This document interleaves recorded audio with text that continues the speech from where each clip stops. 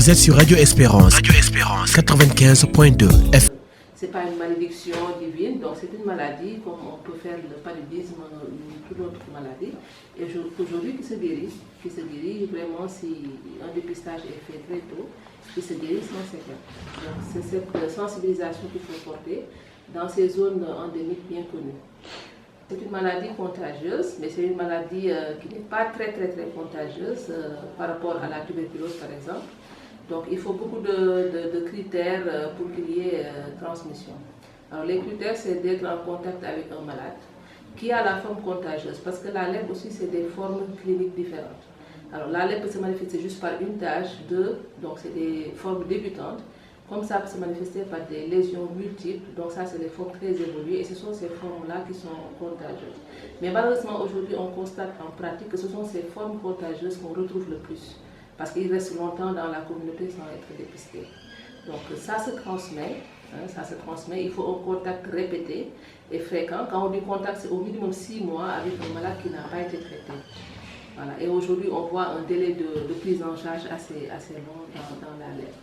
Alors, donc c'est pour ça la stratégie aussi, c'est de voir tous les cas dépistés et connus et de faire un dépistage autour de ces cas et de chercher systématiquement dans les familles, dans l'entourage social, donc d'autres cas. Et il nous est arrivé quand même de faire ça avec le ministère de la Santé, le chargé de la lutte contre la lèpre au Sénégal.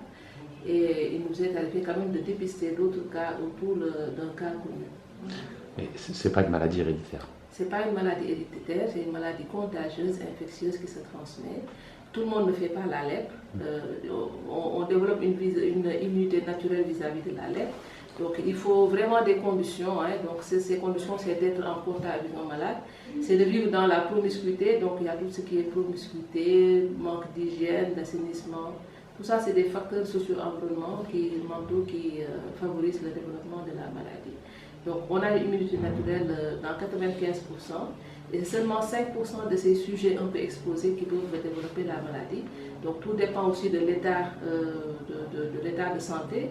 Si on est malnutri, si on a une immunodéficience, si on est jeune enfant, donc vous voyez l'exposition un peu des enfants.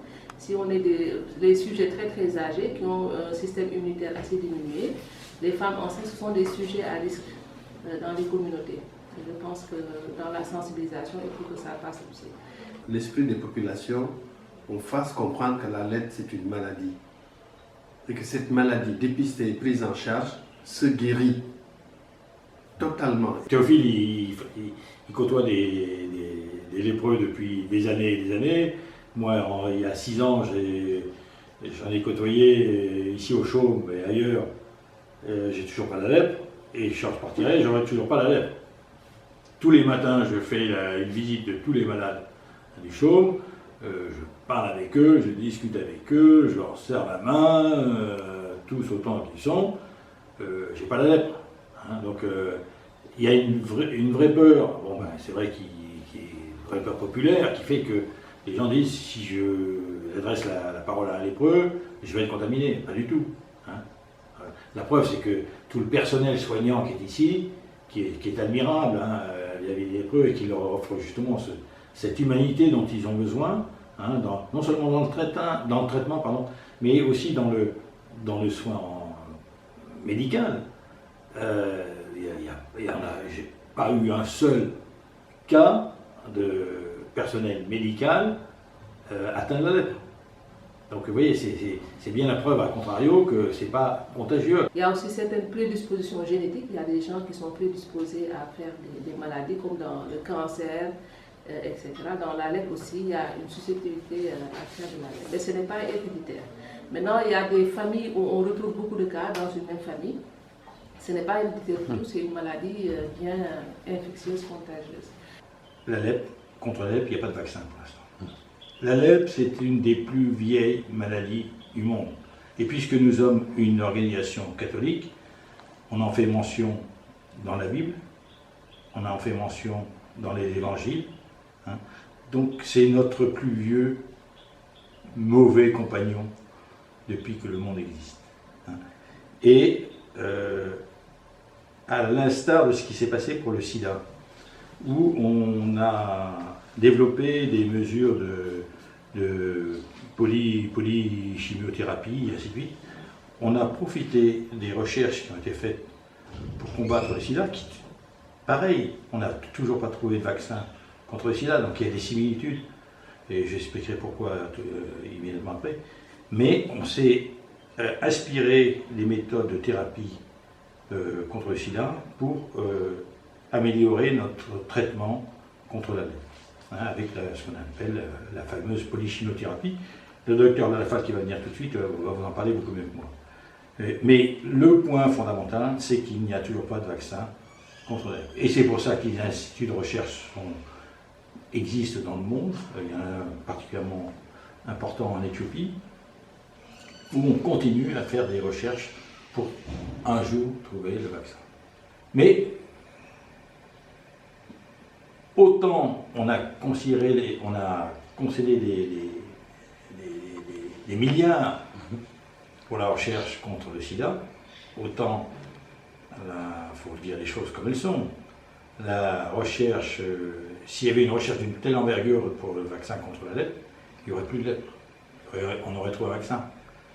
C'est une maladie, au-delà de la pathologie, c'est la maladie de l'exclusion totale, double exclusion, exclusion de la maladie, exclusion sociale.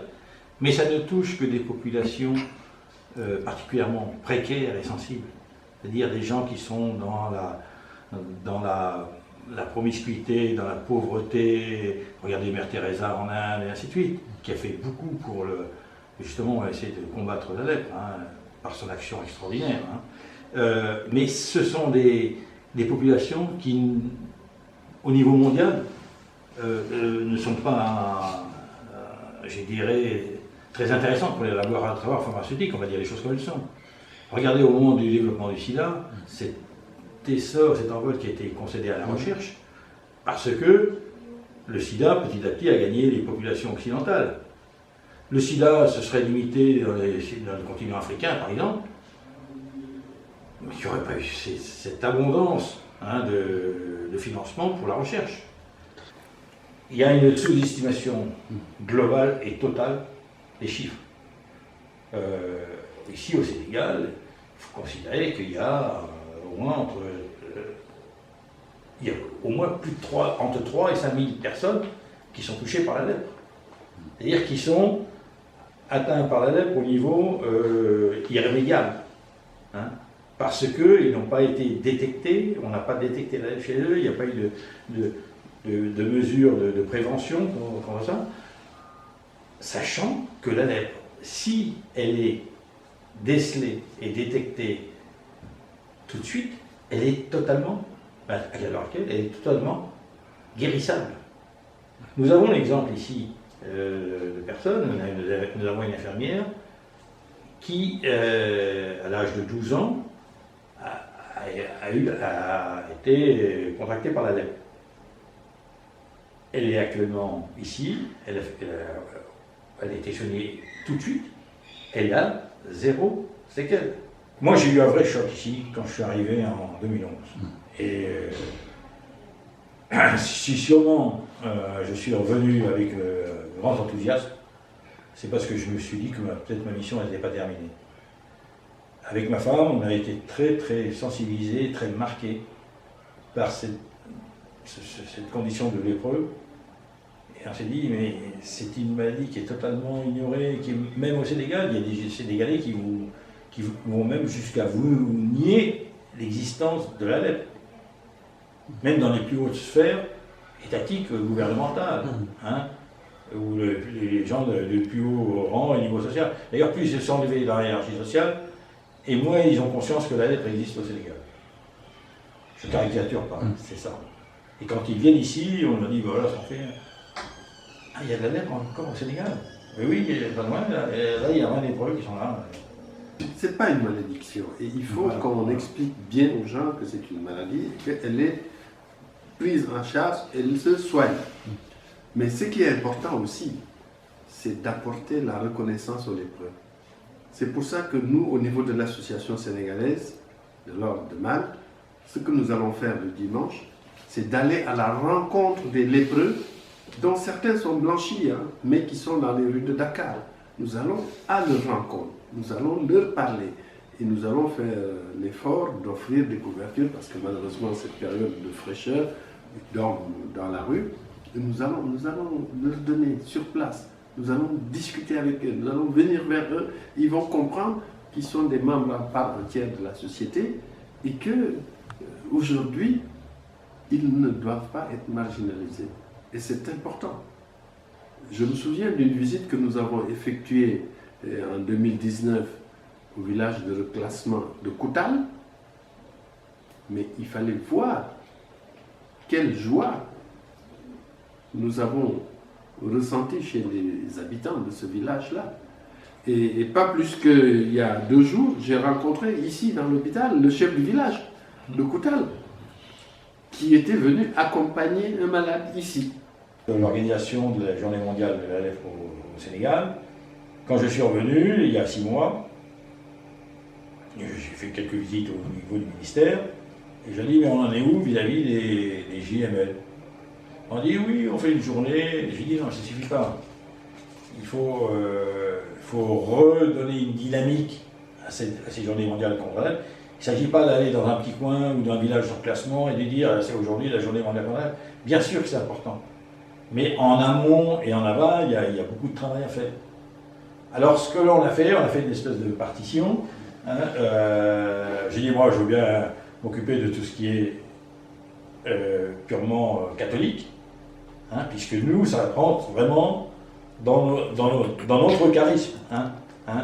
Le soutien des pauvres, quel qu'il soit. Quand on a lèpre, si on est musulman ou chrétien, c'est pareil. Le résultat est le même. Donc, on ne fait pas de discrimination sur la cible, mais il est bien évident qu'un pays qui a 95% musulmans et à 5% catholiques, moi je ne peux pas, institution catholique, aller m'immiscer dans la gestion des affaires de la religion musulmane. Donc le ministère a pris en compte tout ce qui touchait à la sensibilisation dans les mosquées, à la sortie dans les mosquées, la quête dans la sortie des mosquées du vendredi. Et je dis, moi je prends en compte tout ce qui est gestion des quêtes et sensibilisation au niveau catholique. J'ai eu un rendez-vous avec Monseigneur Benjamin Diane, l'archevêque de Dakar, avec le responsable de Caritas Sénégal, qui va déléguer des quêteurs le samedi et le dimanche qui viennent, dans une soixantaine de paroisses au Sénégal. Et le produit de ces quêtes ira précisément dans des organismes qui aident les lépreux. Et la collecte sera faite par Caritas, les dons seront acheminés aux responsables Caritas diocésains et à l'évêque de chaque diocèse, qui en commun décideront de l'octroi d'une partie de la quête à telle ou telle organisation ou à telle personne nécessiteuse. Et ici, sur le diocèse de Dakar, ça sera fléché en retour chez Monseigneur Benjamin Diane et qui apportera le fruit de la collecte ici au Chaume. Moi j'ai quelques idées sur l'utilisation de la quête, en fonction bien sûr de ce que ça rapportera. J'ai aucune idée, mais j'ai une idée sur l'utilisation. On achètera notamment un microscope électronique qui donne des produits numérisés en finale pour archiver des milliers de plaques de prise de sang qui sont dans nos stocks et qui, à l'avenir, si on ne les numérise pas, vont s'altérer, n'auront plus d'intérêt, notamment pour les gens qui font de la recherche. Okay. Donc, on essaye à la fois de récupérer le passé et de se projeter sur l'avenir. On peut avoir une idée du coût de tels instruments? Cet instrument-là, ce microscope, il vaut 3,5 millions de francs CFA.